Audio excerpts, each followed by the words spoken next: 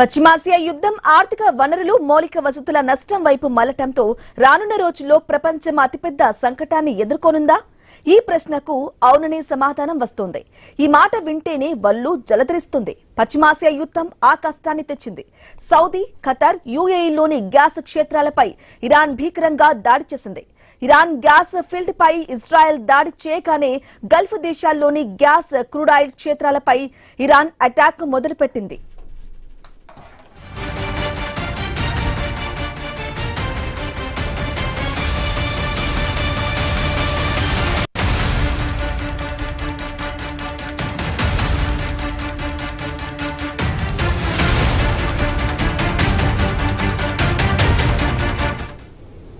ఇక తాజా దాడిలో సౌదీ, యుఏఈ, ఖతార్, కువైట్లోని గ్యాస్ క్షేత్రాలు భారీగా దెబ్బతిన్నట్లు ప్రచారం జరుగుతోంది. కొన్ని దేశాలు ఆ దాడుల వల్ల భారీగా నష్టం జరిగినట్లు ప్రకటనలు కూడా వచ్చేశాయి.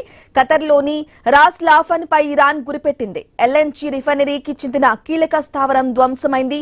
సముద్ర గర్భం నుంచి ఖతార్ సప్లై చేస్తున్న అతిపెద్ద గ్యాస్ నెట్వర్క్ సిస్టమ్ దెబ్బతింది.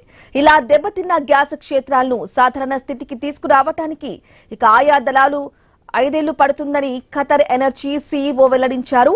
అంటే 5 ఏళ్ల పాటు ప్రపంచ దేశాలకు గ్యాస్ కష్టాలు తప్పవా?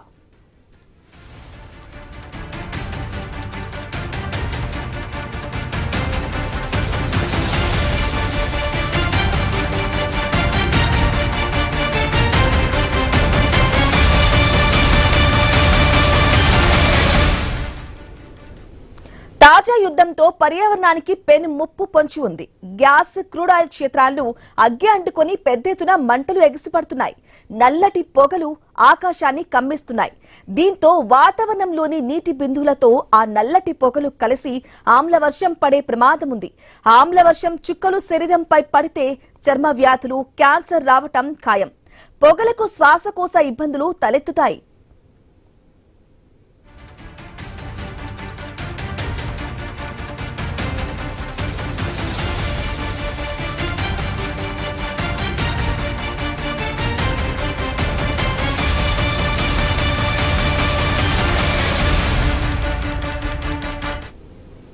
ఇక ఆసియాలోని అనేక దేశాలు ఖతార్ నుంచి గ్యాస్ కొనుగోలు చేస్తున్నాయి. ప్రపంచంలో 5వ వంతు గ్యాస్ సప్లై ఖతార్ నుంచే వస్తుంది. వాస్తవానికి ఇరాన్ కు చెందిన సౌత్ పార్ట్ గ్యాస్ క్షేత్రంపై ఇజ్రాయెల్ దాడి చేయగానే గల్ఫ్ దేశాలపై అటాక్ తప్పదని ఇరాన్ వార్నింగ్ ఇచ్చింది. సౌదీకి చెందిన సైమరెఫ్ రిఫైనరీ, జుబైల్ పెట్రోకెమికల్ కాంప్లెక్స్, యుఏఈలోని అల్ హోసన్ గ్యాస్ క్షేత్రం, ఖతార్ కు చెందిన మెసాయిద్ పెట్రోకెమికల్ కాంప్లెక్స్ లపై ఇరాన్ గురిపెట్టి డ్రోన్లు, మిసైల్స్ ప్రయోగించింది.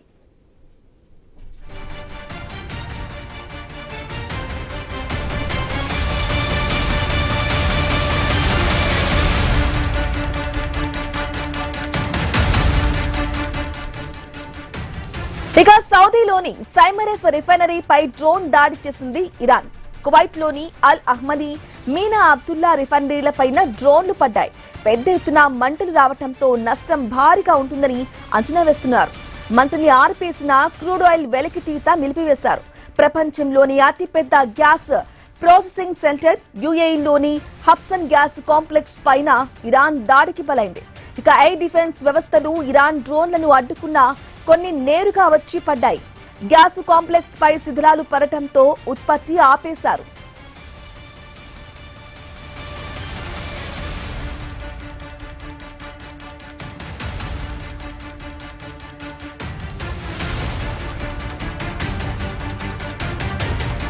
ఇక యుఏఈలోని ప్రభుత్వ ఆయిల్, గ్యాస్ కంపెనీ అయిన ఏడీఎన్ఓసీ ప్రకటన ప్రకారం బాబా ఆయిల్ ఫీల్డ్ పైన దాడి జరిగింది. అందుకే ఈ యుద్ధంతో భారత్ పైన పెను ప్రభావం తప్పదనే ఆందోళనలు వ్యక్తమవుతున్నాయి. ఖతార్ నుంచి భారత్ కు అత్యధికంగా ఎల్ఎన్జీ సప్లై అవుతుంది.